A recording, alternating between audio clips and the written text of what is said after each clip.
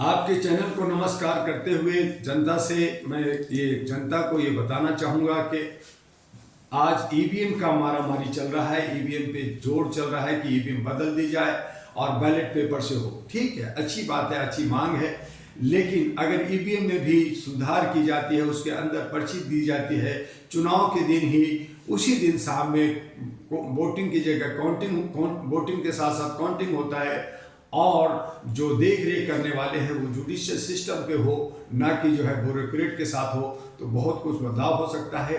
चोरी जो EVM machine का होता है, जो 19 लाख मशीनें गायब हैं और बहुत सारे मशीनें जो टूट गई है उनको गायब है, और इन प्रकार तरीके से इस तरह का जो सत्ता पक्ष है उसका फ़ायदा उठाती है। इलेक्शन कमीशन भी सत्ता को सहयोग करती है, एग्जीक्यूटिव जो है सहयोग करती है, बाकी सारी अथॉरिटी भी सत्ता पक्ष को ही सहयोग करती है। तो इस तरह से हमारा लोकतंत्र की हत्या होता है, संविधान की हत्या होता है। इसे बचाने का हर एक नागरिक का जो भारतीय है उनकी जिम्मेदारी बनता है, और इसके लिए तमाम लोगों को इसके लिए आवाज़ उठानी चाहिए। और उसके लिए हमने लगातार समय समय पे अहरा नेशनल पार्टी एएनपी की तरफ से इलेक्शन कमीशन को, सुप्रीम कोर्ट को, राष्ट्रपति जी को और गृह मंत्रालय को हम पत्र भेजते रहे हैं, सलाह देते रहे हैं, उन्हें सुझाव देते रहे हैं, लेकिन इस पे कहीं ना कहीं कोई सुनवाई नहीं होता, उसे डस्टबिन में डाल दिया जाता है।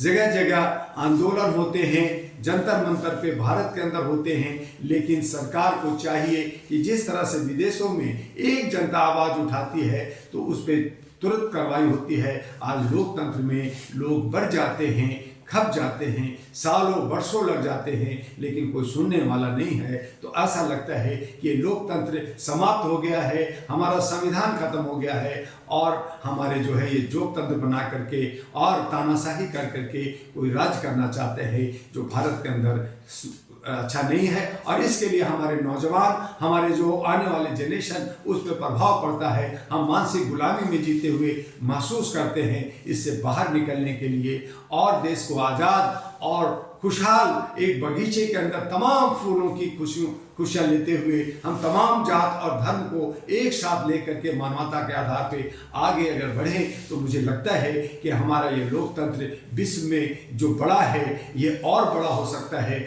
और जो है अखंड भारत और सोने की चिड़िया हो सकता है। हम धन्य धान हैं, हमारे पास जल, जमीन और जो हवा, पानी और अन्न की कोई कमी नहीं है, खनिज की कोई कमी नहीं है। बहुत सारे ऐसे देश हैं जिनके पास बहुत सारी जो है कमियां हैं, लेकिन हमारे धन धान होने के बावजूद भी हम गरीब हैं। उससे बाहर निकलने के लिए लोकतंत्र को बचाना होगा, संविधान को बचाना होगा, और अपने अधिकारों को समझते हुए मानवता के लिए आवाज़ उठाते हुए अहरा नेशनल पार्टी के साथ आइए, और आपको एक सही सुशासन देने की हम लोग वादा कर रहे हैं, शपथ के साथ देने की वादा कर रहे हैं। ज़रूरत है कि अच्छे सच्चे जो बुद्धिजीवी लोग हैं, नौजवान हैं, महिलाएं हैं, जिनको 50% का हिस्सेदारी की हम लोग बात कर रहे हैं कि महिला 50% और जो है पुरुष 50%, तो आइए, इससे बेहतर विकल्प नहीं मिलेगा। और आज सही माने में अगर इतिहास रचना है तो अब सकारात्मक विकल्प, एक सही विकल्प यही बनता है कि हम जात और धर्म से हट कर करके, मजहब से हट करके और जो है ऊंच नीच से, नफरत से हट कर करके मानवता के आधार पर लोकतंत्र को बचाएं। आपका डॉक्टर दुआ। जय हिंद, जय भारत।